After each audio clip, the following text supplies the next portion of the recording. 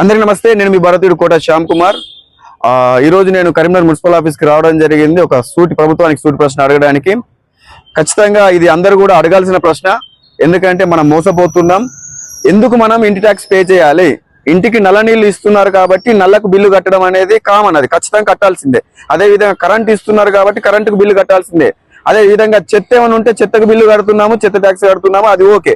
కానీ మీరు ఇంటికి ఏం చేస్తున్నారని నేను ఇంటి ట్యాక్స్ కట్టాలి. ఇల్లు కట్టుకునేటప్పుడే పర్మిషన్ల మీద చాలా పైసలు మేము కడుతూ ఉన్నాము. అదే విధంగా జాగా కొనుక్కున్నప్పుడు కూడా రిజిస్ట్రేషన్స్ కానీ చాలా పైసలు కడుతున్నాము.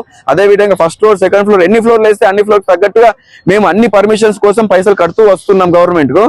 అయినప్పటికీ కూడా మీరు ఏం చేస్తున్నారని సంవత్సరం ఒకసారి మేము ఇంటి ట్యాక్స్ పే చేయాలి.